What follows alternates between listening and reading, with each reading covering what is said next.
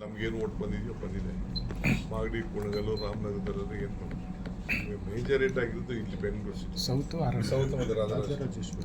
ಅಲ್ಲಿ ಓಟ್ ಅಸೆಂಬ್ಲಿಗೆ ಏನು ಬಂದಿದೆ ದಳದ ಓಟ್ ಶಿಫ್ಟ್ ಆಗಿದೆ. ಸರ್, ಕನಕಪುರ ಮತ್ತು ರಾಮನಗರ ಜಿಲ್ಲೆಯಲ್ಲಿ ಡಿ ಕೆ ಶಿವಕುಮಾರ್ ಮತ್ತು ದೇವೇಗೌಡರ ಕುಟುಂಬಕ್ಕೆ ಹಿಂದಿನಿಂದಲೂ ಜಿದ್ದಾಜಿದ್ದಿ. ಈ ಬಾರಿ ಅವರಿಗೆ ಮುನ್ನಡೆ ಸಿಕ್ಕಿದೆ. ಮುಂದೆ ಏನು ಸ್ಟ್ರಾಟಜಿ ನಿಮ್ಮದು? ನೋಡೋಣ. ಅವರು ಸೋತಿದಾರಲ್ಲ, ದೇವೇಗೌಡರು ಸೋತಿದ್ದಾರೆ. ಸಾಕಷ್ಟು ಬಾರಿ ನೀವು ಗೆದ್ದಿದ್ದೀರಿ. ಕುಮಾರಸ್ವಾಮಿ ಸೋತಿದಾರಲ್ಲ, ಈ ಬಾರಿ ಅವರು ಮುನ್ನಡೆ ಆಗಿದೆ. ಸೋತಿದಾರಲ್ಲ, ಸೊಸೆನೂ ಸೋತಿದಾರಲ್ಲ.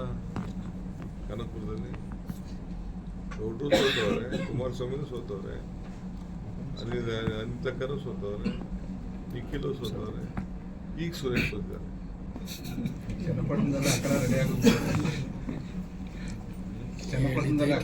ಕೇಳಿದ್ದೆ ಕೇಳ್ತಾರೆ.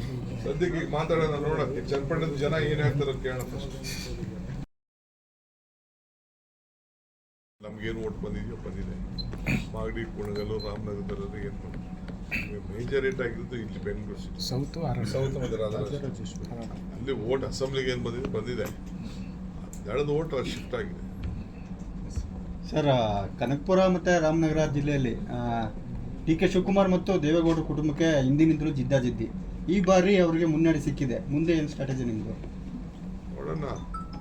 ಅವರು ಸೋತಿದಾರಲ್ಲ, ದೇವೇಗೌಡರು ಸೋತಿದ್ದಾರೆ.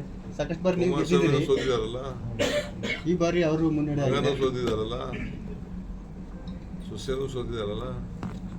ಕನಕಪುರದಲ್ಲಿ ಗೌಡ್ರು ಸೋತವ್ರೆ, ಕುಮಾರಸ್ವಾಮಿನೂ ಸೋತವ್ರೆ, ಅನಿತಕ್ಕರು ಸೋತವ್ರೆ, ನಿಖಿಲು ಸೋತವ್ರೆ, ಈಗ ಸುರೇಶ್ ಸೋತಿದ್ದಾರೆ.